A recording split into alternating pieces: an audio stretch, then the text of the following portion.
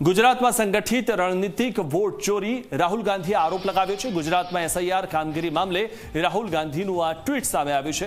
ગુજરાતમાં એસઆઈઆરમાં પ્રશાસનિક પ્રક્રિયા નથી થઈ રહી, એક જ નામથી હજારો વાંધા અરજીઓ જમા થઈ તે વાતનો ઉલ્લેખ પણ રાહુલ ગાંધીએ કર્યો છે। ભાજપને હારનો ડર છે, ત્યાં મતદારને જ સિસ્ટમથી ગાયબ કરાયા છે તેવો આરોપ પણ રાહુલ ગાંધીએ ટ્વીટ દ્વારા કર્યો છે।